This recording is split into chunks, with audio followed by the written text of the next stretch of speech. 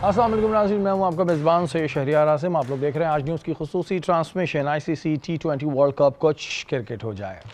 आज 3 मैचेस थे। पहला मैच हुआ कनाडा और न्यूजीलैंड। कनाडा ने 20 ओवर्स में 173 रन स्कोर किए। न्यूजीलैंड ने 15.1 ओवर्स में 176 रन स्कोर किए 2 खिलाड़ियों के नुकसान से, और 8 विकेटों से न्यूजीलैंड ये मैच जीत गया। दूसरा मैच स्कॉटलैंड और नेपाल के दरमियान हुआ। स्कॉटलैंड ने 20 ओवर्स में 170 स्कोर किया 7 खिलाड़ियों के नुकसान पे, और नेपाल ने 19.2 ओवर्स में 171 रन स्कोर किए 3 खिलाड़ियों के नुकसान पे और 7 विकेटों से मैच अपने नाम करा लिया। तीसरा मैच बारिश की नज़र हो गया। वो बारिश की नज़र तो हो गया जो था आयरलैंड और जिम्बाब्वे के दरमियान, लेकिन उसके बारिश के नज़र होने की वजह से एक बड़ी टीम जो है वो इस वर्ल्ड कप से बाहर हो गई है, और वो है ऑस्ट्रेलिया। नसीम भाई, थोड़ी सी पहले मैं चाहूँगा कि बात करें नेपाल की टीम के ऊपर। स्कॉटलैंड क्योंकि पहले से वो थी और नेपाल ने आज स्कॉटलैंड को हराया। नेपाल बड़ी स्ट्रॉन्ग जाती नज़र आ रही है मुझे टीमों में से। बिल्कुल, नेपाल का इंफ्रास्ट्रक्चर बहुत बेहतर है। अगर मैं कंपैरेटिवली बात करता हूँ, जितने हमारे एसोसिएट ममालिक हैं उनमें इनका इंफ्रास्ट्रक्चर अच्छा है। इसकी एक वजह ये है कि एक वक्त में नेपाल की क्रिकेट को इंडिया बहुत सपोर्ट किया करता था, और जिसकी वजह से उनकी क्रिकेट बन गई। अब नेपाल की टीम मैच खेलती है, उनका क्राउड तो देखें आप।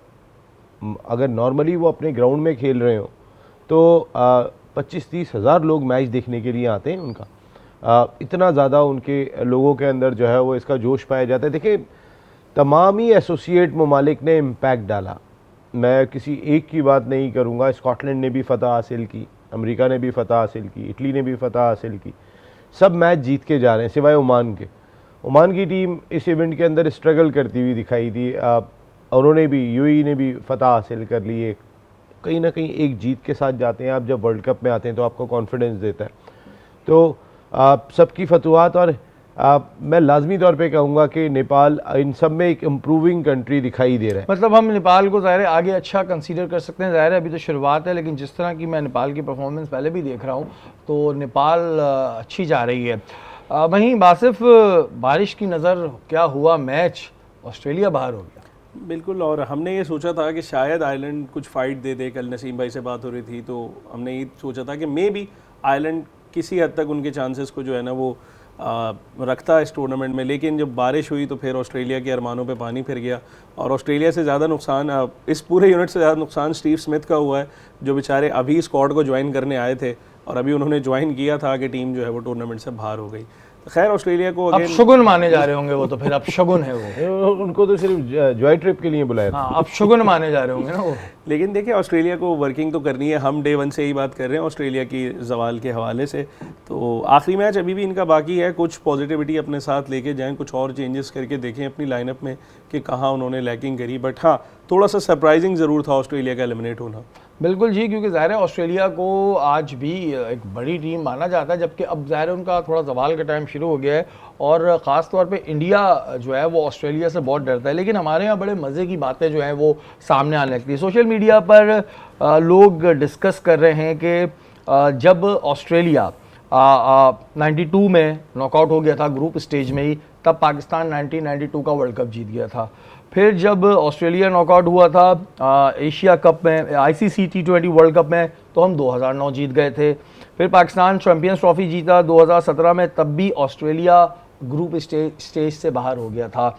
हम इन्हीं तुक्कों में क्यों लगे रहते हैं कि रमज़ान का महीना था तो हम वर्ल्ड कप जीते थे, इस दफ़ा भी रमज़ान का महीना है। हम इन बातों से क्यों बाहर नहीं आते नसीम भाई? कल क्या हम दूसरे राउंड में जाएंगे? अभी तो ये पहले लाले पड़े हुए और हम बात करें तो अभी तो कल हमारा नमीबिया से मैच है, वो हमने जीतना है, और एक हाई नोट के ऊपर जीतना है। देखिए, कहीं ना कहीं ये वो कहते हैं टोटके वाला लफ्ज़ होता है ना कि ये चला आ रहा है, ऐसा आ रहा है, माजी ये रहा है, कोई चोकर्स कहलाता है, कोई कुछ कहलाता है।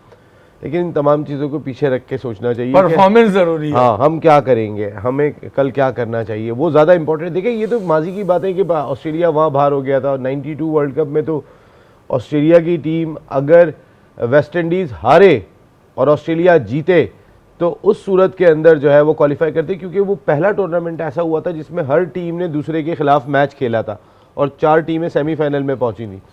तो वहाँ पर भी पाकिस्तान इस तरीके से पहुंचा था कि अगर वेस्ट इंडीज़ ब्रायन लारा जैसी बैटिंग कर रहे थे, उन्हें विंस्टन बेंजामिन ने रन आउट करा दिया था, वरना ब्रायन लारा तो वो मैच निकाल के ले गए थे। पाकिस्तान तो सेमीफाइनल में नहीं था 92 में। ऑस्ट्रेलिया जीते, फिर पाकिस्तान न्यूजीलैंड जो उस वक्त टॉप की भी थी टीम अपने ग्रुप के अंदर, क्योंकि पाकिस्तान वही मैच खेल रहा, पाकिस्तान पहले उनको हराया, पाकिस्तान ने बड़ा ज़बरदस्त हराया था उस मैच में, बड़ा वन साइडेड रमीज़ राजा साहब ने 100 किया था। देन पाकिस्तान को फिर सेमीफाइनल में वहीं खेलना पड़ा न्यूजीलैंड के ख़िलाफ़।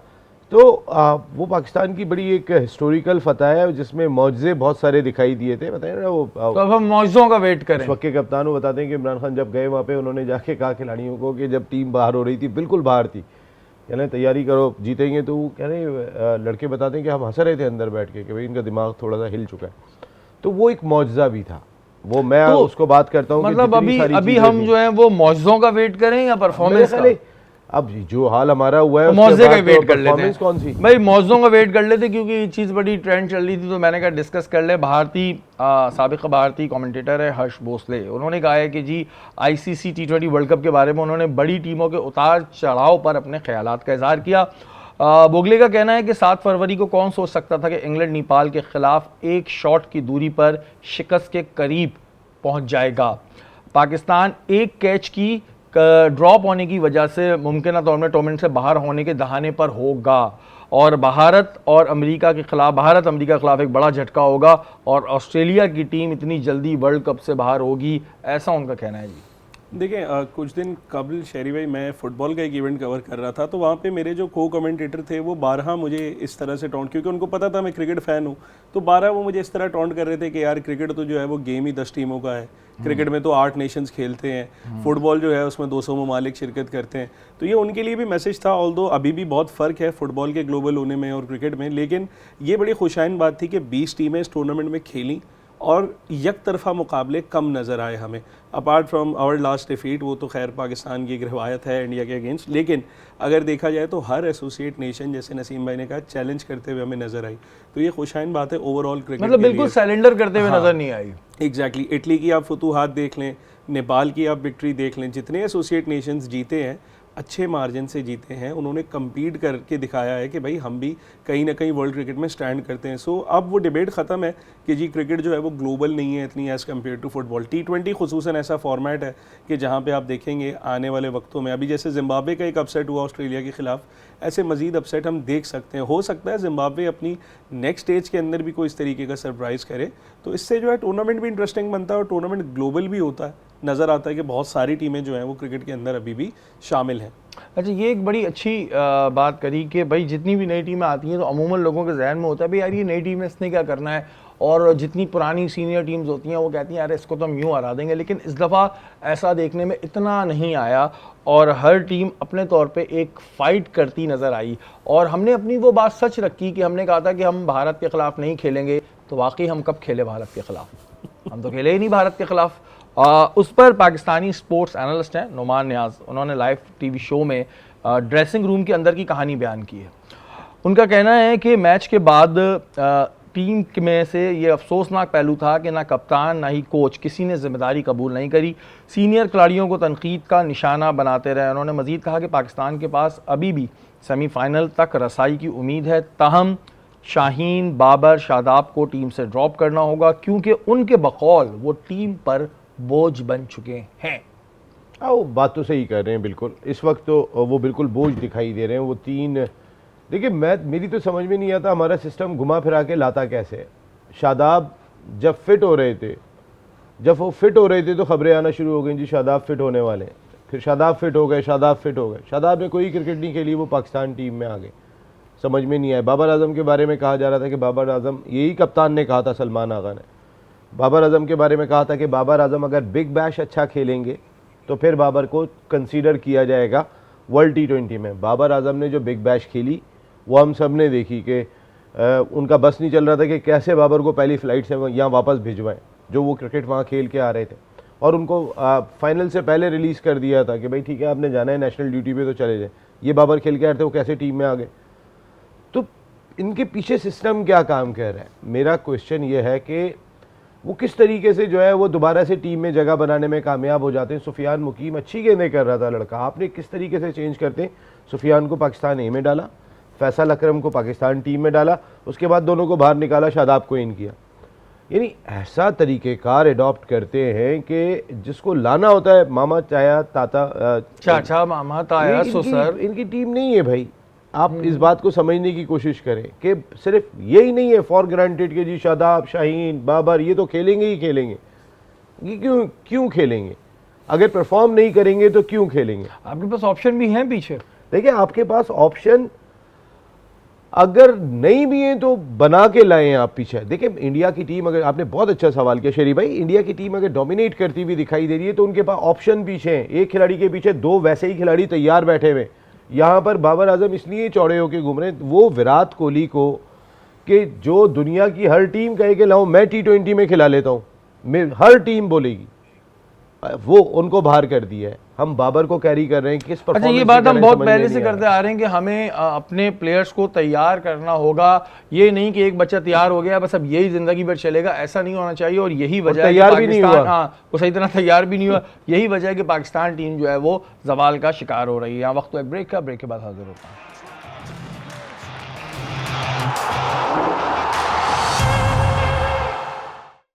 वेलकम बैक नाज़रीन, आप लोग देख रहे हैं आज न्यूज़ की खुसूसी ट्रांसमिशन। और कल मैच है पाकिस्तान नमीबिया का। अब हम ये नहीं कह सकते कि जी पाकिस्तान कंफर्म जीतेगा। बासिफ, आपके पास कोई ट्वीट था, आप बता रहे थे, किसका ट्वीट आ गया? कुछ चेंजेस हो रही हैं? जो बात हो रही थी कि शाहीन और बाबर और शादाब इन्हें बाहर करो, कुछ है ऐसा स्टोरी है? देखिए जर्नलिस्ट रिपोर्ट कर रहे हैं कि कल जो है वो लाइनअप में कोई खातिर खा चेंजेस इन तीनों के हवाले से नहीं हो रहे। अलबत्ता उन्होंने क्लेम किया है कि साहिबजादा फरहान और जो है वो एक स्पिनर मेरा ख्याल है उनको बिठाने की बात हो रही है, और साथ ही साथ जो है वो नसीम को इन करने की बात हो रही है और फ़खर जमान को एज एन ओपनर खिलाने की बात हो रही है। तो ये मेरे लिए थोड़ा सा सरप्राइजिंग है क्योंकि साहिबजादा फरहान आपका परफॉर्मिंग प्लेयर है, उसको आपने क्यों बिठाना है? और जो नॉन परफॉर्मिंग आपके सीनियर्स हैं आप उन्हें क्यों चांस दे रहे हैं? वैसे तो खैर ये एक खबर ही है, इस पर तस्दीक तो इसकी कल ही होगी, लेकिन अगर ऐसा हो रहा है तो फिर ये अगेन बहुत बड़ा सवालिया निशान है हमारी मैनेजमेंट के ऊपर कि क्या सोच के आप साहिबजादा फरहान को बाहर बिठा सकते हैं लेकिन बाबर को आप बाहर नहीं कर सकते, शाहीन की जगह आप सलमान मिर्ज़ा नहीं खिला सकते। हालांकि सलमान मिर्ज़ा भी इनफॉर्म है। तो नहीं, अगर कल बाबर ने 50 कर दी तो फिर हम समझें कि जी 50 साल के लिए पक्का हो गया बाबर। कम अज़ कम इस टूर्नामेंट के आखिर तक के लिए तो वो खेलेगा, उसके बाद अब अल्लाह जाने के, क्योंकि हमारी क्रिकेट भी आपको पता है कि हर T20 वर्ल्ड कप के बाद या हर वर्ल्ड कप के बाद मैनेजमेंट भी स्विच होती है, कप्तान भी बदलता है, लाइनअप में भी बड़े चेंजेस आते हैं।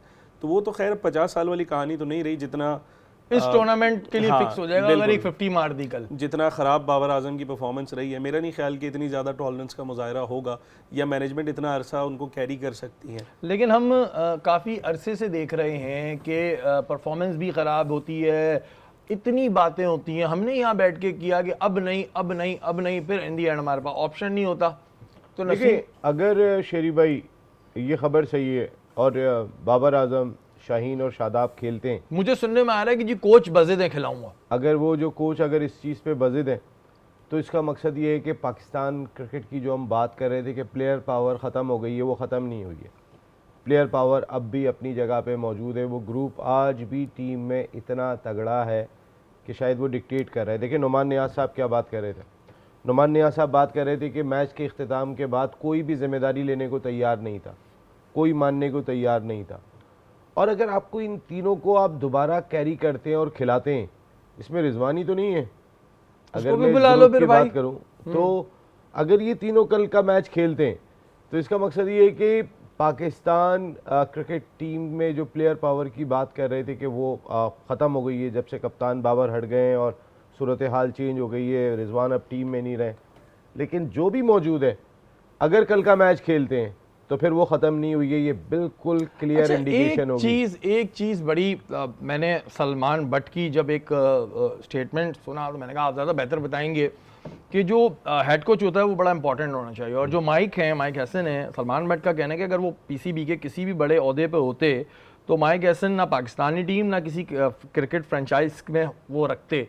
उन्होंने ये सवाल उठाया कि ऐसा शख्स जिसने खुद कभी बैनुल अक़वामी क्रिकेट ना खेली हो किस तरह टीम का कोच बन सकता है। और इधर जो हमारे पास खबरें आ रही हैं कि जी कोच साहब इस बात पे बज़िद हैं, तीनों खेलेंगे।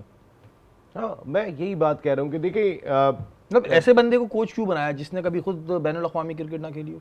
मॉडर्न डे क्रिकेट में ऐसे कई सारे कोच आए हैं जब से ये क्वालिफिकेशन का दौर शुरू हुआ है, मिकी आर्थर ने भी कोई बहुत बड़ी क्रिकेट नहीं खेली, वो भी इस दुनिया में टॉप कोच माने जाते हैं, माइक हैसन, तो अब वो क्वालिफिकेशन का क्राइटेरिया दूसरा हो गया। सलमान सही कह रहे हैं, भले वो कोच कितना भी क्वालिफाइड हो, उसने कुछ ऐसे लेवल की क्रिकेट ज़रूर खेली हो कि जिसको वो टेस्ट हो कि टेस्ट क्रिकेट होती क्या है, वनडे क्रिकेट होती क्या है, T20 क्रिकेट होती क्या है, उसको वो टेस्ट ज़रूर होना चाहिए कि वो फील ड्रेसिंग रूम की भी रखता हो, वो ग्राउंड की भी रखता हो।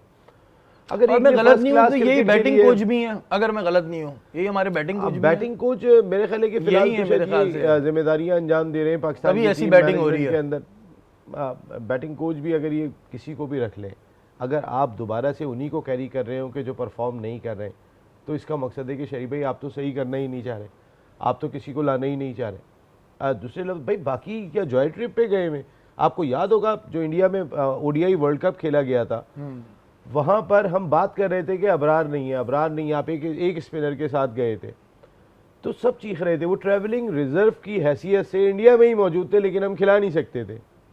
और अगर कल भी कोई ये बात कर रहा है कि अबरार को ड्रॉप कर दो एक परफॉर्मेंस के पीछे, कि वो जो इंडिया के मैच में आपने एक तो ऐसी जगह पे बॉलिंग दी है, तो बेवकूफ़ी सबसे बड़ी मुझे सलमान आगा की लगी थी, और आप अबरार को ड्रॉप कर देते और आप साहबजादा फरहान को, बिल्कुल बासिफ ने सही बात कही है कि साहबजादा फरहान रिसेंट पास्ट में पाकिस्तान को अच्छा स्टार्ट देते आ रहे हैं, आप उन दोनों को बाहर करके फ़खर से ओपनर कराएंगे, आप फ़खर को लेके आते बाबर की जगह पे, जो बनना चाहिए था नसीम शाह को आप इन करेंगे अबरार की जगह पे, तो सलमान मिर्ज़ा कहाँ पर है जिन्होंने इतना परफॉर्म करके दिखाया है। तो मेरे ख्याल में नसीम शाह और सलमान मिर्ज़ा दोनों खेलने चाहिए, एक नहीं खेलना, शादाब की जगह पे और शाहीन शाह अफरीदी की जगह पे।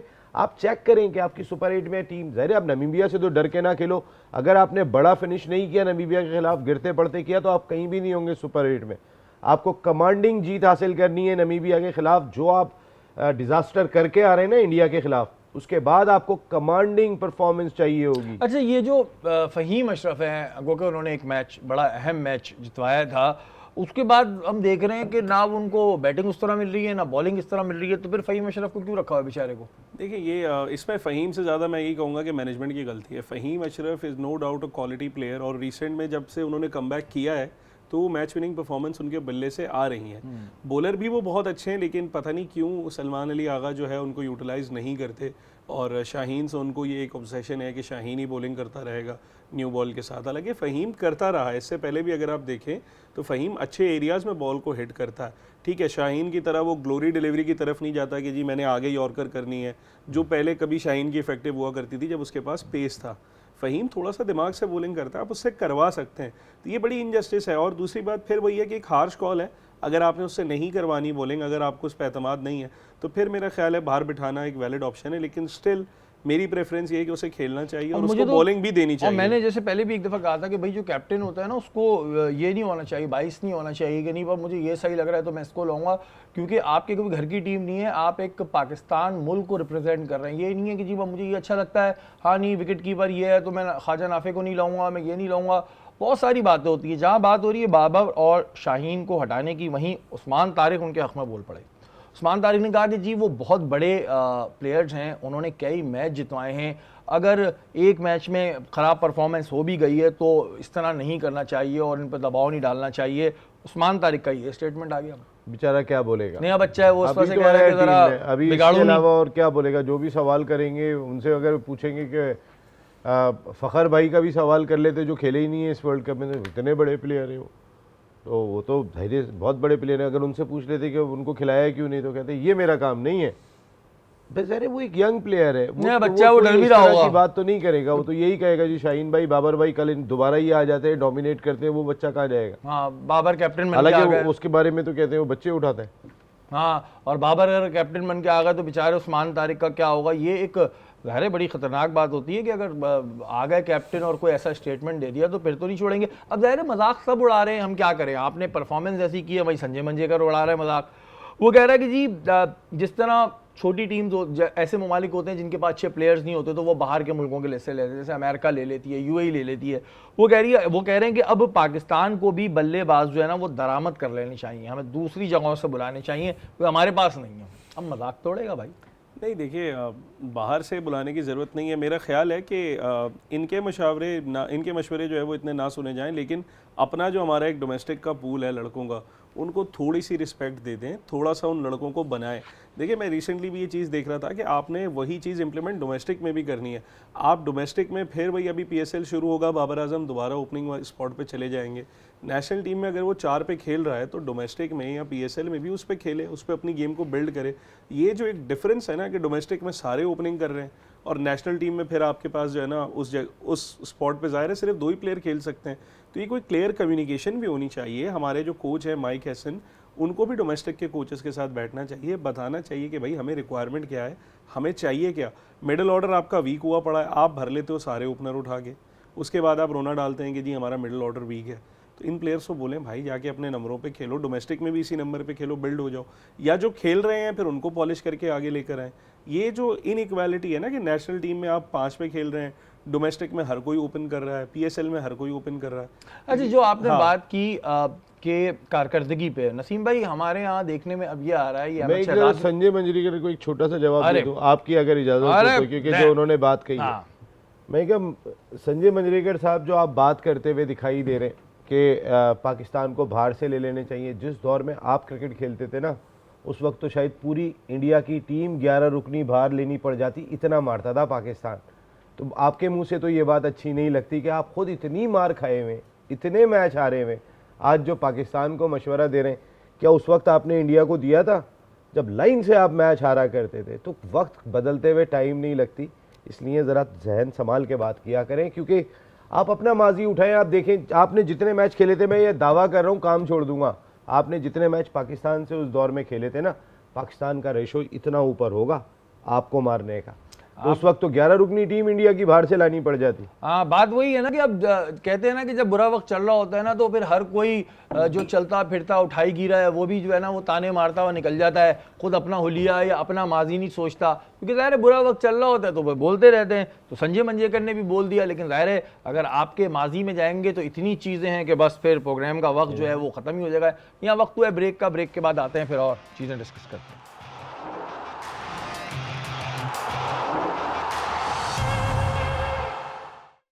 वेलकम बैक नाज़रीन, आप लोग देख रहे हैं आज न्यूज़ की खुसूसी ट्रांसमिशन। और भारत में एक नई बहस छिड़ गई है, एक जंग हो रही है जी सोशल मीडिया पे। वो ये हूँ क्योंकि रोहित शर्मा और वसीम अकरम गले मिल लिए हैं। सोशल मीडिया पे भारतीय मतदाताओं का कहना है कि जब पाकिस्तान टीम भारतीय टीम मैदान में एक दूसरे से हाथ नहीं मिलाते हैं तो फिर क्यों रोहित शर्मा ने वसीम अकरम को गले लगाया? क्यों लगाया भाई गले?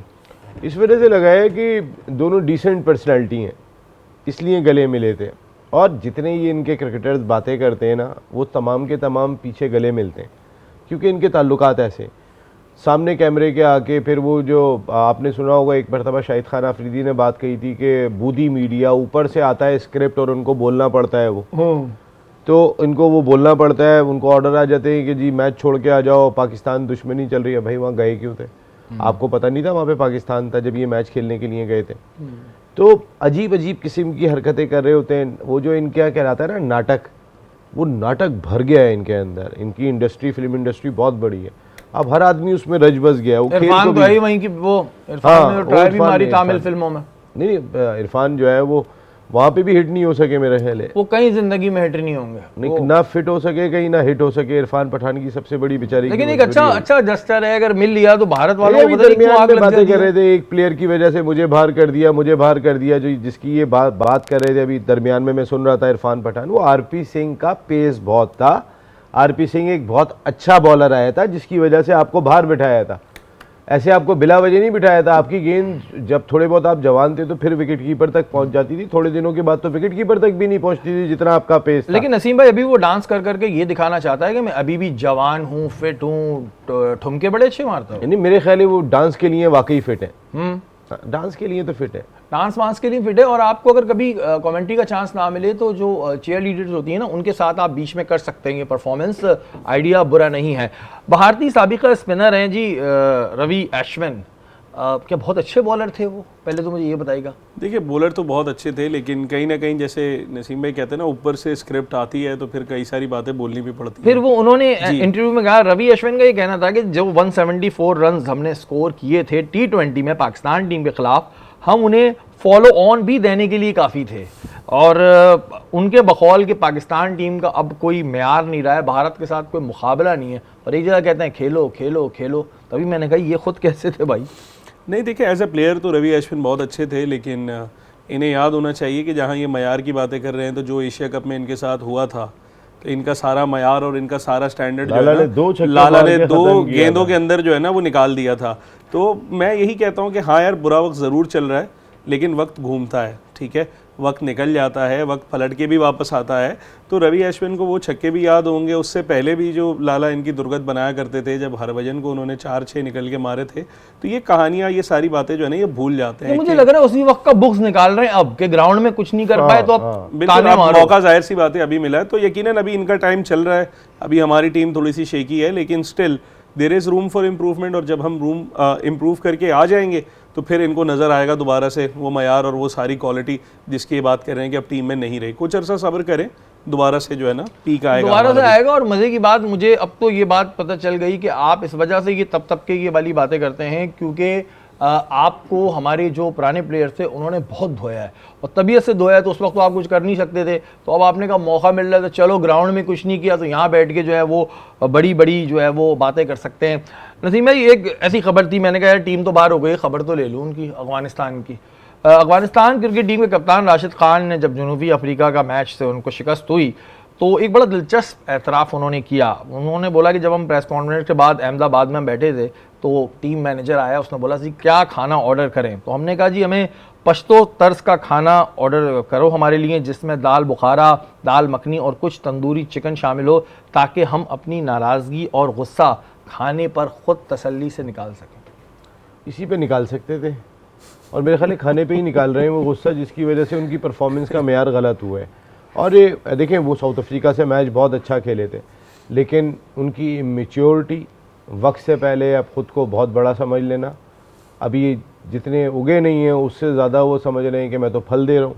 तो वो सारी चीज़ों को उनको अपने दिमाग में रखना चाहिए, वरना आपके पास 3 गेंदों पे दो रन बनाने थे आपने, आपके पास 2 गेंदें बाकी थी, आप रन आउट होके चले गए। आपके पास सुपर ओवर में भी चांस मिला था, वो भी आपने ज़ाया कर दिया। तो सारे चांसेस आपने खुद ज़ाया किए अपनी इमेच्योरिटी की वजह से, और आपकी जितनी हरकतें दिखाई देती हैं उसमें भी बहुत ज़्यादा इमेच्योरिटी का आंसर है।